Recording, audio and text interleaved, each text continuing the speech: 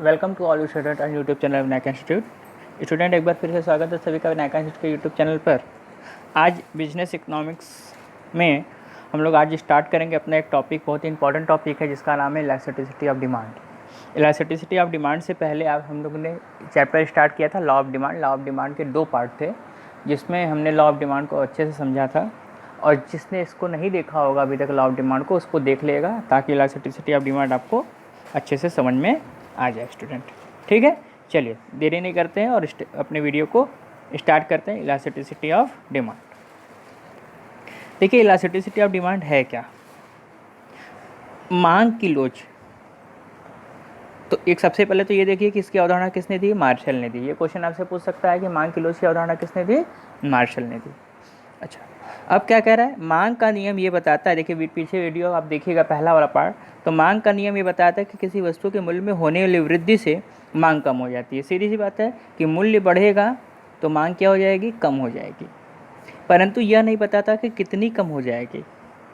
ठीक, इसके लिए मांग की लोच की अवधारणा है। जैसे अगर हम केवल रिलेशनशिप बता रहे हैं कि वस्तु के मूल्य में होने वाली वृद्धि से मांग कम हो जाती है या मूल्य में कम होने से मांग में वृद्धि हो जाती है, ये कौन बताता है? लॉ ऑफ डिमांड बताता है। लेकिन कितना बढ़ेगा तो कितनी डिमांड होगी, या कितना मांग बढ़ेगा तो मतलब कितना मूल्य बढ़ेगा तो कितनी मांग कम होगी, यानी क्वांटिटेटिव अप्रोच नहीं बताता। ठीक, हमने आपको लॉ ऑफ डिमांड बताया था कि लॉ ऑफ डिमांड है वो क्वांटिटेटिव अप्रोच है, सॉरी क्वालिटेटिव अप्रोच है। कैसा अप्रोच है? क्वालिटेटिव। केवल ये बताता है कि इस ऐसा होने से ऐसा होगा, लेकिन मूल्य में होने वाली वृद्धि से कितना बढ़ेगा ये कौन बताएगा आपको? मांग की लोच बताएगा, इलास्टिसिटी ऑफ डिमांड बताएगा। इसीलिए ये कैसा अवधारणा है? क्वांटिटेटिव अप्रोच है। कैसा अप्रोच है? क्वांटिटेटिव। तो 2 क्वेश्चन ये आप समझ लीजिए कि मांग की लोच की अवधारणा किसने दी? मार्शल ने दी। पहला क्वेश्चन आपके एग्जाम में पूछ सकता है। दूसरा एक कैसा अप्रोच है? क्वांटिटेटिव अप्रोच है। कैसा? संख्यात्मक अप्रोच है। आगे देखिए, मांग की लोच की जो परिभाषा है वो क्या है? मांग की लोच बराबर मांग में आनुपातिक परिवर्तन डिवाइड बाई मूल्य में आनुपातिक परिवर्तन। यानी कितना फ्लक्चुएशन हो रहा है, तो फ्लक्चुएशन किसके किसके बीच में? मांग में आनुपातिक परिवर्तन, यानी मांग में कितना परिवर्तन हुआ उसको किससे डिवाइड करेंगे? मूल्य से। मूल्य में कितना अंतर हुआ, माने मूल्य में कितना परिवर्तन हुआ, डिवाइड कर देंगे तो क्या आ जाएगा? मांग की लोच आ जाएगा। अच्छा, एक बात ध्यान रखिएगा, मांग की लोच को किससे डिफाइन करते हैं? ई से, इलास्टिसिटी स्मॉल ई से करते हैं। ठीक है, किससे करते हैं? स्मॉल ई से करते हैं इसको। मांग की लोच को किससे डिनोट करते हैं? ई से। अच्छा, इसकी जो मांग की लोच की जो सीमा होती है, लिमिट होती है, वो कहाँ होती है? 0 से इनफाइनाइट होती है, यानी 0 टू इनफाइनाइट होती है। 0 से कहाँ से लेकर 0 टू इनफाइनाइट होती है, अनंत तक होती है। ठीक, तो ये भी क्वेश्चन आपसे फॉर्मूला पूछ सकता है, मांग की लोच को किससे डिनोट करते हैं? ई से, और इसकी जो लिमिट है वो 0 टू इनफाइनाइट होती है ये। तो हर एक चीज़ों को आपको अच्छे से याद रखिएगा। अब ध्यान दीजिए, देखिए लोचकता का मतलब और बेलोचकता का मतलब क्या होता है, पहले ये हम लोग समझ लें। देखिए, हम आपको एक एग्जाम्पल के थ्रू हम समझाते हैं कि यदि हम आपको एक थप्पड़ लगाते हैं, अगर आप रोते हैं तो इसका मतलब आप में लोचकता है, और अगर आप नहीं रोते हैं, एकदम ही बेहया हैं, तो आप बेलोचदार हैं। ठीक है, अब ध्यान दीजिएगा, यहाँ पर हमने जो बात बता रहे हैं, लोचकता का मतलब होता है फ्लक्चुएशन हो रहा है, यानी परिवर्तन हो रहा है। कम परिवर्तन हो रहा है या ज़्यादा परिवर्तन हो रहा है ये बात अलग है, लेकिन परिवर्तन हो रहा है। लेकिन बेरोजगार का मतलब होता है एक जगह स्थिर है, कोई फ़र्क ही नहीं पड़ रहा है, एकदम रिजिड है, हम कितना भी मार ले रहे हैं वो रो ही नहीं रहा है, एकदम बेहया जिसको हम लोग कह सकते हैं, एकदम कुछ नहीं। ठीक है, तो देखिए 2 तरीके की अवधारणा हमने बताया, ई इक्वल टू इनफाइनाइट और E equal to zero. E equal to infinite का मतलब होता है कि ये कैसा है? पूर्णतः लोचदार है। पूर्णतः लोचदार का मतलब हो गया कि मांग मूल्य में होने वाले परिवर्तन से, मूल्य में होने वाले परिवर्तन से मांग कितनी बढ़ जाएगी कोई नहीं जानता है। मूल्य में होने वाले परिवर्तन से मांग कितनी बढ़ जाएगी, इनफाइनाइट बढ़ जाएगी, ये कोई नहीं जानता। तो याद रखिएगा कि ई इक्वल टू इनफाइनाइट जहाँ होगा उसकी लोचकता कैसी होती है? पूर्णतः लोचदार होती है। पूर्णतः लोचदार का मतलब होता है परफेक्ट इलास्टिसिटी। परफेक्ट इलास्टिसिटी का मतलब होता है कि उसमें लोचकता की इनफाइनाइट है। अच्छा, एक बात याद रखिए, ये एक तरीके से काल्पनिक होता है। ऐसा किसी भी वस्तु के प्रति नहीं हो सकता कि उसके मूल्य में बढ़ा दें तो मांग अनंत तक बढ़ जाए, ऐसा नहीं होता, इसीलिए इसको काल्पनिक कहते हैं। तो ई इक्वल टू पहला है इनफाइनाइट, ये कैसा होता है? पूर्णतः लोचदार होता है, यानी परफेक्ट इलास्टिसिटी होती है, ये काल्पनिक होता है। अच्छा, दूसरा देखिए, पूर्णतः बेरोजगार। पूर्णतः बेरोजगार का मतलब होता है कि मूल्य में कोई भी परिवर्तन कर दें, मूल्य में होने वाले कोई भी परिवर्तन से, ठीक है। पूर्णतः बेरोजगार क्या है? मूल्य में होने वाले कोई भी परिवर्तन से मांग पर कोई फर्क नहीं पड़ रहा, मांग अपनी जगह क्या है? स्थिर है। मांग अपनी जगह क्या है? स्थिर है, यानी लोचकता जो है वो जीरो है, इक्वल टू जीरो है, यानी पूर्णतः बेरोजगार, यानी एक तरीके से परफेक्ट बेहया जिसको हम लोग कहते हैं, नहीं कुछ नहीं हो रहा है, ठीक। अब ध्यान दीजिए पर फिर से, दोनों में अंतर देखिए। इक्वल टू इनफाइनाइट का मतलब होता है पूर्णतः लोचदार, यानी कहाँ जाके रुकेगा कोई नहीं जानता है। पूर्णतः लोचदार यानी बढ़ रहा है बढ़ रहा है बढ़ रहा है बढ़ रहा है, कोई नहीं जानता। तो ऐसा काल्पनिक बाजार नहीं होता, लेकिन आपको याद रखना है इक्वल टू इनफाइनाइट मतलब पूर्णतः लोचदार। इक्वल टू जीरो का मतलब होता है ऐसी वस्तु जिसके मूल्य में होने वाली वृद्धि से मांग में परिवर्तन नहीं होता, मांग अपनी जगह स्थिर रहती है। जैसे सोचिए नमक, एक एग्जाम्पल लेते हैं। अगर आप मान लीजिए आपके पास आप ज़्यादा रईस हो जाएं, तो क्या अपने सब्जी में नमक क्या 2-3 किलो डाल देंगे? नहीं, नमक जितना डलता है उतना ही डलेगा। अगर आपके घर में नमक 1 किलो आता है तो 1 ही किलो आएगा। ऐसा नहीं है कि पैसा बढ़ जाने से आप नमक क्या करेंगे? बढ़ा देंगे, ठीक। उसी तरीके से मान लीजिए कि दवा, क्या चीज़? दवा, ठीक है। तो दवा की मांग, अगर आपको सर दर्द हो रहा है तो एक ही क्रोसिन खाएंगे या एक ही जो भी दवा आप दर्द की खाएंगे। ऐसा तो है नहीं कि आप ज़्यादा से ज़्यादा सेरोडोन खा लेंगे, 10 तो सेरोडोन खा लेंगे क्योंकि आपके पास बहुत पैसा, ऐसा नहीं होगा। यानी चाहे हम मूल्य कुछ भी रखें, चाहे मूल्य इतना रखें, चाहे मूल्य इतना रखें, चाहे मूल्य इतना रखें, जो मांग है वो इतनी ही रहेगी। मांग अपनी जगह स्थिर है, मांग पर कोई फर्क नहीं पड़ रहा है। मांग क्या है? पूर्णतः बेरोजगार है। क्या है? पूर्णतः बेरोजगार है, ठीक है स्टूडेंट। चलिए इसको एक डायग्राम से समझाते हैं। देखिए पहला वाला आपको बता दिए, इक्वल टू। अच्छा, अब आप ध्यान दीजिएगा, क्वेश्चन आपसे पूछ सकता है कि जो ई इक्वल टू इनफाइनाइट होता है, ठीक, वो ये देखिए, ये एक डायग्राम, ये एक्स एक्सिस है और ये वाई एक्सिस है, ये अक्ष जिसको कहते हैं एक्स अक्ष और वाई अक्ष। तो जो ई इक्वल टू इनफाइनाइट है उसमें जो इलास्टिसिटी होती है वो एक्स के प्रति क्या होती है? हॉरिजेंटल होती है। देखिए हॉरिजेंटल का मतलब ये होता है सीधी रेखा, और वर्टिकल का मतलब होता है ये, ठीक। तो अगर आप ध्यान देंगे तो ये जो रेखा है वो ई इक्वल टू इनफाइनाइट है, तो एक्स एक्सिस के प्रति क्या है? हॉरिजेंटल है। लेकिन अगर हम वाई एक्सिस की बात करेंगे तो वाई एक्सिस में देखेंगे तो ये वर्टिकल हो जाएगा। अगर उसको उल्टा कर दीजिए तो वाई एक्सिस के लिए क्या हो जाएगा? उल्टा हो जाएगा। उसी तरीके से अगर हम पूर्णतः बेरोजगार की बात करें तो वह एक्स एक्सिस के प्रति क्या है? वर्टिकल है, ये वर्टिकल रेखा है। लेकिन वाई एक्सिस के प्रति ये क्या हो जाएगा? हॉरिजेंटल हो जाएगा। अगर इसको उल्टा करके देखेंगे तो वाई एक्सिस को, तो ये क्या हो जाएगा? हॉरिजेंटल हो जाएगा।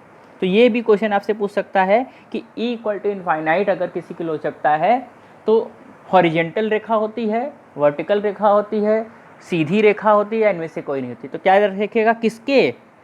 अच्छा, ऐसे भी देगा वाई अक्ष के समानांतर, एक्स अक्ष के समानांतर। तो याद रखिएगा ई इक्वल टू जब इनफाइनाइट होगा तो किसके? एक्स अक्ष के समानांतर रेखा होती है, सामने, ठीक। और यहाँ जब पूर्णतः बेरोजगार होता है यानी ई इक्वल टू जीरो होता है तो एक्स एक्सिस के प्रति वर्टिकल रेखा होती है। कैसी रेखा होती है? वर्टिकल रेखा होती है। और अगर इसको उल्टा कर देंगे तो वाई के प्रति क्या हो जाएगा? हॉरिजॉन्टल हो जाएगा, ठीक। चलिए इसी को देखिए बताया गया है यहाँ पर।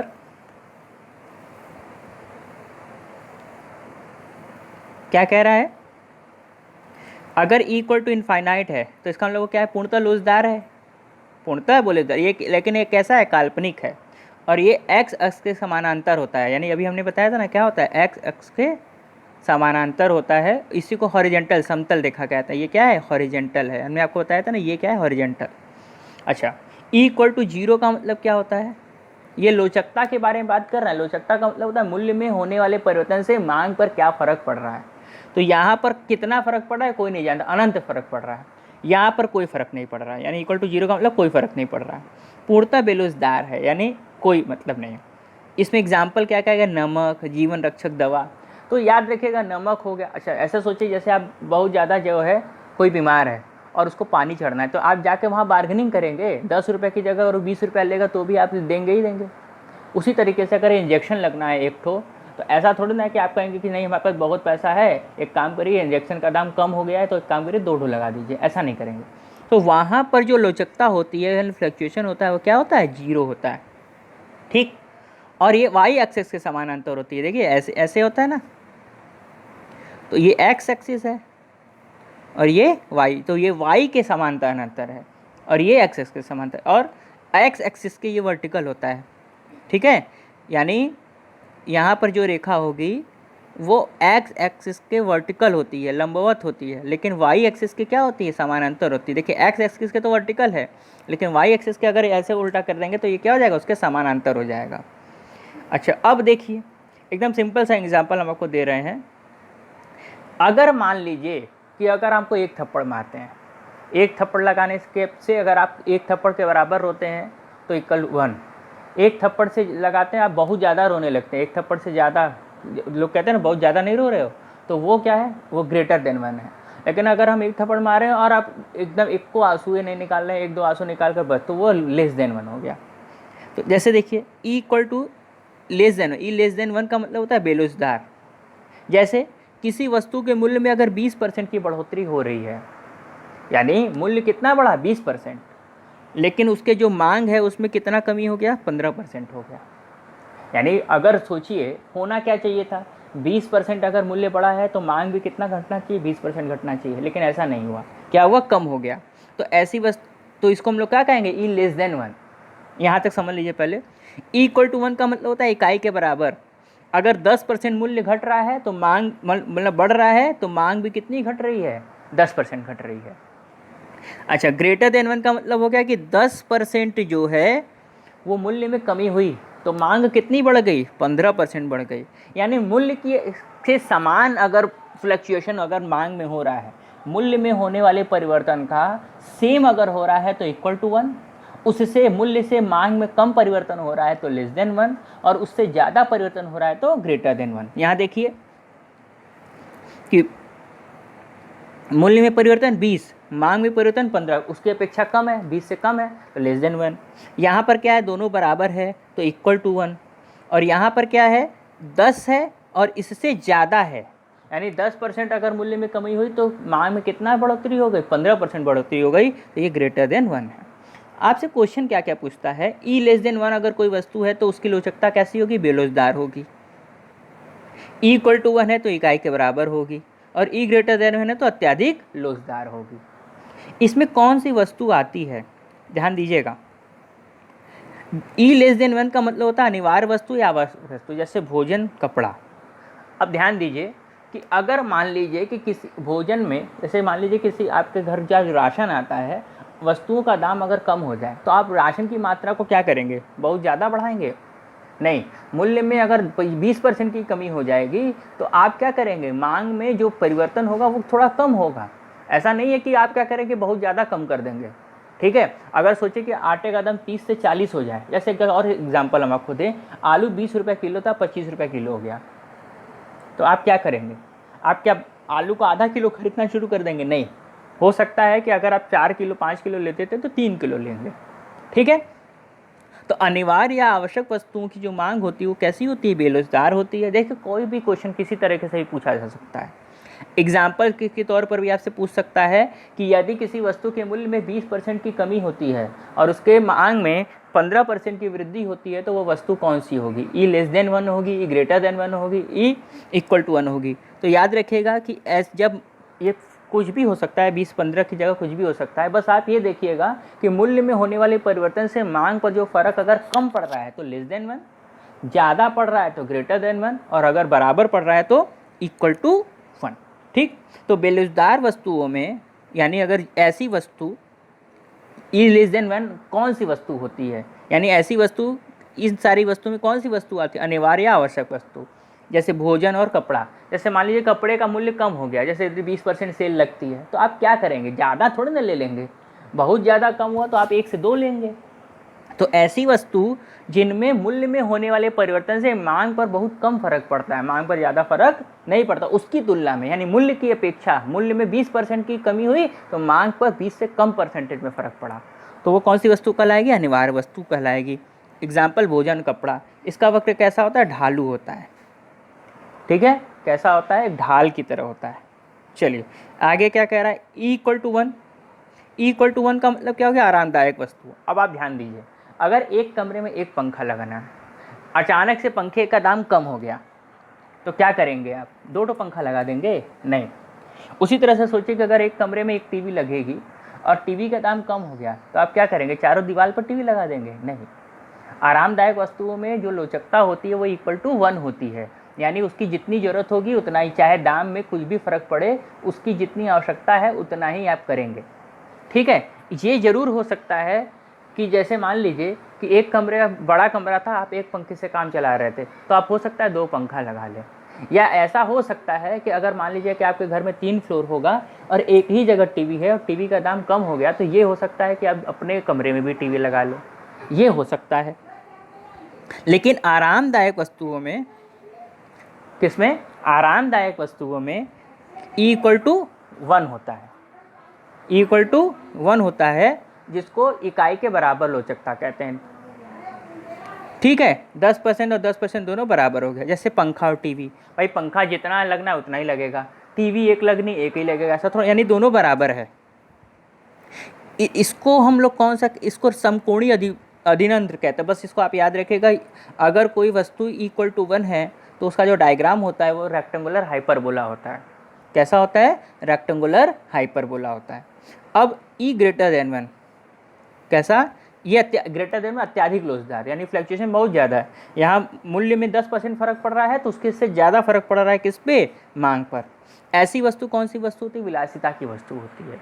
जैसे सोचिए कि अगर सोने का दाम थोड़ा सा भी कम हो जाता है तो लोग एकदम परेशान होकर उसको खरीदना, रहे यार सोने का दाम 40,000 था, अब कितना हो गया? 38,000 हो गया, खरीदना शुरू कर दो। ठीक है, होता है कि नहीं होता है? तो जो विलासिता की वस्तु है उसमें जो मूल्य में थोड़ा सा भी परिवर्तन होता है तो मांग उसकी ज़्यादा बढ़ जाती है।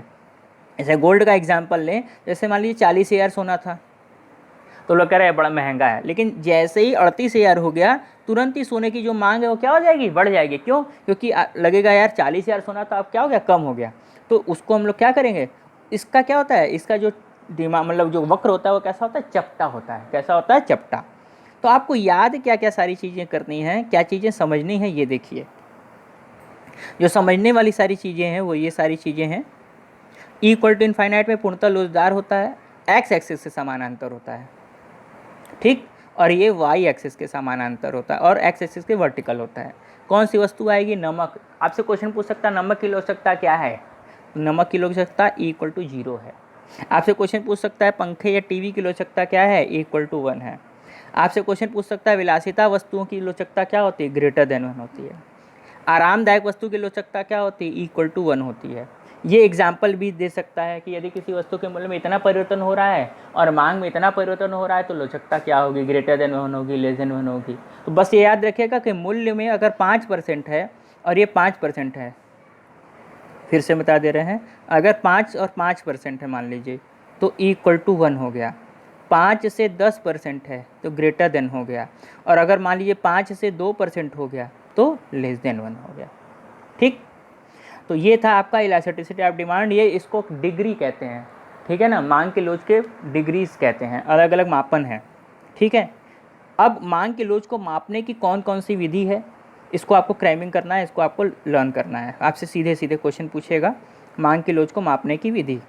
पहला विधि इकाई या कुल व्यय वृत्ति, इसको किसने दिया है? मार्शल ने दिया है। आनुपातिक विधि को किसने दिया? फ्लैक्स ने दिया है। चाप विधि यानी इसको ARC मेथड भी कहते हैं। इसको कौन सा मेथड कहते हैं? ARC मेथड भी कहते हैं, याद रखिएगा, लिखा ही है। बिंदु या रेखा गणितीय विधि किसने दिया है? श्रीमती जॉन रॉबिन्सन ने दिया है। किसने दिया है? श्रीमती जॉन रॉबिन्सन ने दिया है। ठीक है, तो स्टूडेंट इस सारी को मेथड्स है, ये मांग के लोच को मापने की विधि है। तो कौन सी विधि किसने दिया ये याद रखिएगा। आगे चलिए, कुछ इंपॉर्टेंट फैक्ट्स हैं। अगर आपको ये बताए थे हम, अगर इसके पहले वाले लॉ ऑफ डिमांड वाले वीडियो में आप देखिएगा, जो सेकंड पार्ट था उसमें हमने ये चीज़ें आपको डिस्कस की थी बस यहाँ पर आप इसको रिवाइज कर लीजिएगा और याद करिएगा। स्थानापन्न वस्तुओं की मांग कैसी होती है? लोचदार। आपसे ऐसे सीधे क्वेश्चन पूछेगा, स्थानापन्न वस्तुओं की मांग या लोचकता होती है, कैसी होती है? लोचदार होती है, बेलोचदार होती है, पूर्णतः लोचदार होती है, पूर्णतः बेलोचदार होती है। तो याद रखिएगा लोचदार। पूरक वस्तुओं की मांग बेलोचदार। अच्छा, धनी व्यक्ति के लिए लोचकता का कोई फर्क नहीं पड़ता, क्योंकि पैसा बहुत है, उसको कोई फर्क नहीं पड़ता, चाहे दाम कुछ भी हो, बेलोचदार। अगर समाज में धन का वितरण समान है, यानी सबके पास एक समान पैसा है, तो फ्लक्चुएशन कैसा होगा? फ्लक्चुएशन होगा। तो इसका मतलब वो क्या है? लोचदार है। वो क्या है? लोचदार है। ठीक है स्टूडेंट्स?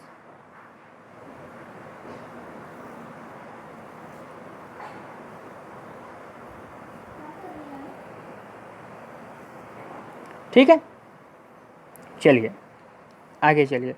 समाज में धन का वितरण अगर असमान है तो वो क्या है? बेलोचदार है। समाज में धन का वितरण असमान है तो क्या होगा? बेलोचदार होगा। आगे, जिस वस्तु पर व्यक्ति आय का अधिक भाग व्यय करता है, यानी जब मैक्सिमम भाग अगर आप व्यय करेंगे तो वो कैसा होगा? लोचदार। और अगर आप कम भाग व्यय करेंगे तो बेलोचदार। आगे क्या कह रहे हैं? आड़ी लोच की विकास, यानी ये क्रॉस इलास्टिसिटी है। इसकी अवधारणा किसने दी? मूरे ने दी। और इसकी वैज्ञानिक व्याख्या किसने की? रॉबर्ट ट्रिफिन ने की। आड़ी लोच की विकास किसने किया? मूरे ने। और आड़ी लोच की वैज्ञानिक व्याख्या किसने की है? इसको आड़ी लोच को क्या कहते हैं? क्रॉस इलास्टिसिटी कहते हैं। बस आप इसको याद रखिएगा, क्रॉस इलास्टिसिटी। किसने? रॉबर्ट ट्रिफिन ने। इसका विकास किसने किया? मूरे ने। ठीक है, ये सारी चीज़ें जो आपको हमने बताई हैं, इसको आप अच्छे से लर्न करिएगा। आपसे क्वेश्चन, सीधे क्वेश्चन पूछेगा कि धनी व्यक्ति के लिए लोचकता बेलोचदार, पूरक वस्तुओं के लिए लोचकता बेलोचदार। ठीक है, तो ये था आपका इलास्टिसिटी ऑफ डिमांड का इम्पोर्टेंट टॉपिक। इस डायग्राम को आप एज इट इज़ बना लीजिएगा अपने कॉपी में, जैसे हमने बनाया वैसे ही चार्ट आप अपने कॉपी में बना लीजिएगा, ऐसे लाइन वगैरह खींच के। ठीक है, बाकी ये सब डायग्राम भी अपने कॉपी में बनाइएगा, ताकि ये समझ में आएगा कि इक्वल टू इनफाइनाइट जो होता है वो एक्स एक्सिस के समानांतर होता है, और इक्वल टू जीरो होता है वो वाई एक्सिस के समानांतर होता है, और एक्सिस के वर्टिकल होता है। ठीक है, तो ये था आपका इलास्टिसिटी ऑफ डिमांड। और जो नेक्स्ट वीडियो होगा, नेक्स्ट लेसन नंबर 7 होगा, वो इंडिफरेंस कर्व एनालिसिस होगा, जिसको उदासीनता वक्र विश्लेषण कहते हैं। ठीक है, तो अगले वीडियो में हम लोग इंडिफरेंस कर्व एनालिसिस की चर्चा करेंगे। ठीक है स्टूडेंट, हमको उम्मीद है कि वीडियो आपको अच्छा लगा होगा, और अगर अच्छा लगा है तो अपने फ्रेंड के साथ इसको ज़रूर शेयर करिए। और वीडियो बनाने के पीछे ये है कि आपको अच्छे से चीज़ें मैटर मिल सकें, और अगर आपको लगता है कि ये आपके लिए काफ़ी यूज़फुल हुआ तो आप इसको ज़रूर लाइक करिएगा। और हम उम्मीद करते हैं कि आप एक कमेंट्स भी ज़रूर करेंगे, क्योंकि आपके कमेंट्स आते हैं तो हमको भी मोटिवेशन मिलता है। ठीक है स्टूडेंट, ऐसे ही आपको वीडियो आगे भी मिलता रहेगा। तब तक के लिए मिलते हैं अपने अगले नेक्स्ट वीडियो में। तब तक के लिए थैंक यू, शबा खैर, नमस्ते, जय हिंद, जय भारत।